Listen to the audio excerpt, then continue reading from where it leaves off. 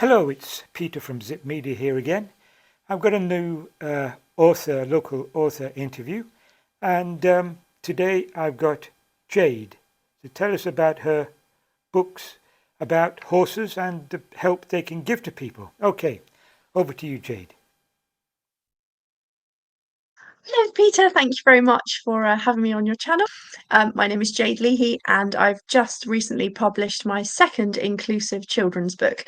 So the first one was published as a result of lockdown. I had time, I was on furlough, so I was able to write it and get it illustrated and so on.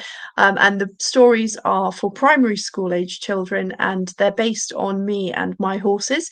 So in the first book, Molly is a little girl with a disability who longs to roller skate like her friends. She's unable to, so she learns to ride a fjord horse called Odin. He longs to be the star of Pony Club games, and together they find fun and self-acceptance. So that's the first story, and that donated over £1,000 to the Riding for the Disabled Association. And then fast forward to now, the second book is called Horses Can Do Ballet. And it's about the same little girl, and she longs for ballet lessons like all of her friends. And she learns to dance in her own way, doing dressage on her blue-eyed cob, Rosie, Right. who is based on my horse, Rosie, who lives up the road from me. And the project started because I had my fjord horse Odin, the subject of the first book, for many, many years. He died aged 35, and I thought that was it. I'd have to hang up my saddle and I'd never find another horse sort of like him who I could ride. And then I was persuaded by a local yard to ride Rosie, which was terrifying. And a lovely volunteer from the local Riding for the Disabled branch came out every week to help me. And so there was me and my dad with a lead rope and some sidewalkers, sort of, while I regained my confidence. And then fast forward many months, and we're back out to hacking on our own, which is somewhere I never thought I would be. And the lovely volunteer would never take a penny. So this was a way of giving something back to the Riding for the Disabled Association.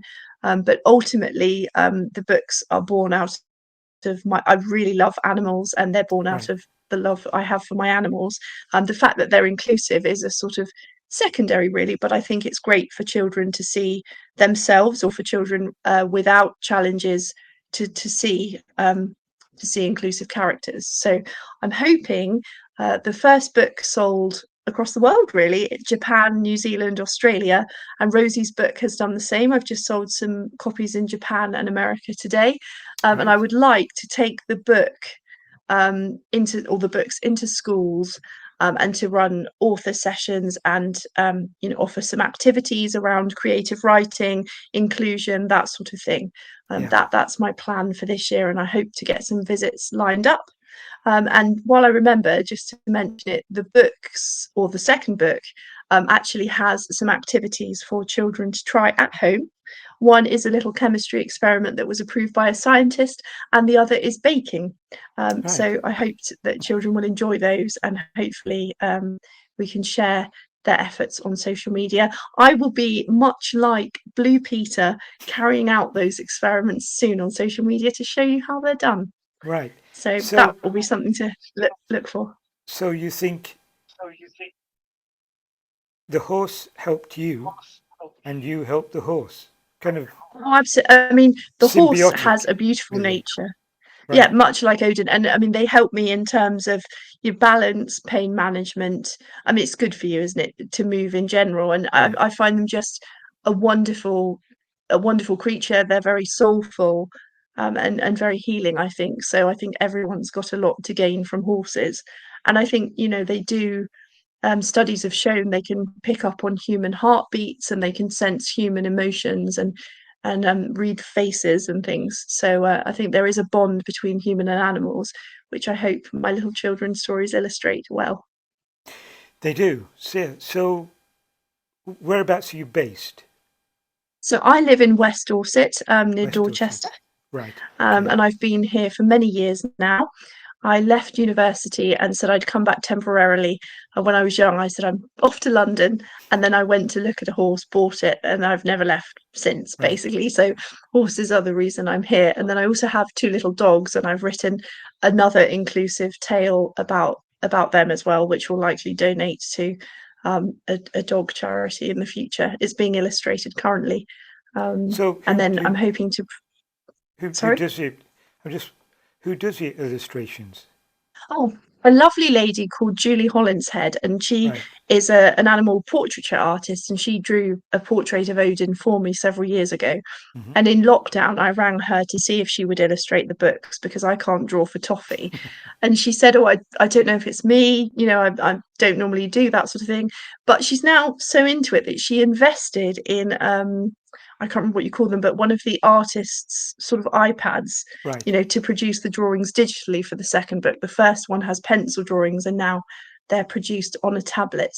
Right. Um, so yeah, she's desperate to illustrate my story about my house pig. As a child, I had a house pig for a number of years, and that will also be turned into a story, hopefully. Yeah.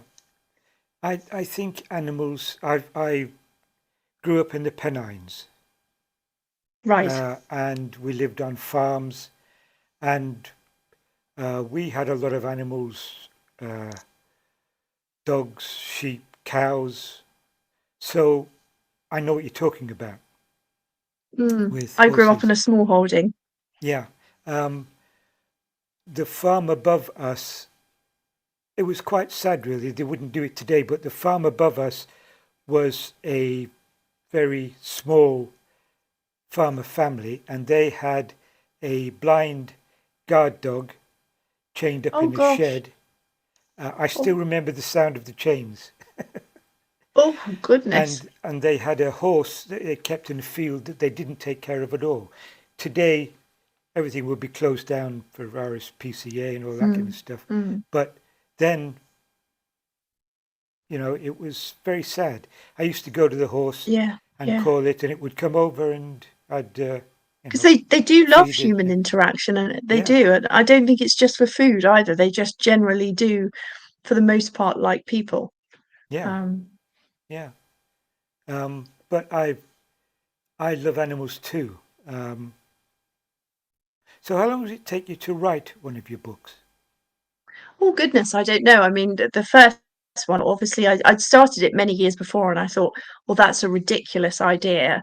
I Right, could never produce a book. And then in lockdown, I had time, and I think the whole sort of threat of COVID made me a bit more gung ho. And now I've got into a bit more of a rhythm with them. But yeah, I mean, that's the thing. When people think, oh, it's 8.99, it's actually quite expensive because they take hours to write, and sure, then there's the cost of the illustrations, the cost of the printing, and the cost of my website, the marketing cost. So it's the costs do mount up, and obviously it donates to charity. So right. yeah. So which charities do you donate to again? Well, these ones about the horses donate to the Riding for the Disabled Association. Right, And with the first book, I was able to give all of the funds. Hope to do that this time, but obviously there are a lot of costs. I can't really afford to do it at a loss. sure. And then the book about the dogs will probably donate to a dog related charity. Okay. It's the same little girl, and then she has two Shih Tzus who are So, based on my dogs, China and Mr. Wu. right. Okay. So your website where people can buy your books is at. It's www.jadeleahy.co.uk. Obviously, they are also on Amazon, but if you buy Right. them from me, the charity receives more money basically. Sure. But I'm aware that with Amazon, it's there the next day and there's no postage. So Right. um, Okay. So I'll put a link to that please, website beneath this video when it's produced.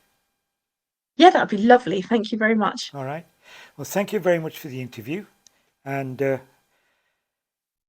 I'll let you know as soon as the interview is available on YouTube. Okay, thank you very Okay. much. Take Thanks a care. lot. Bye bye.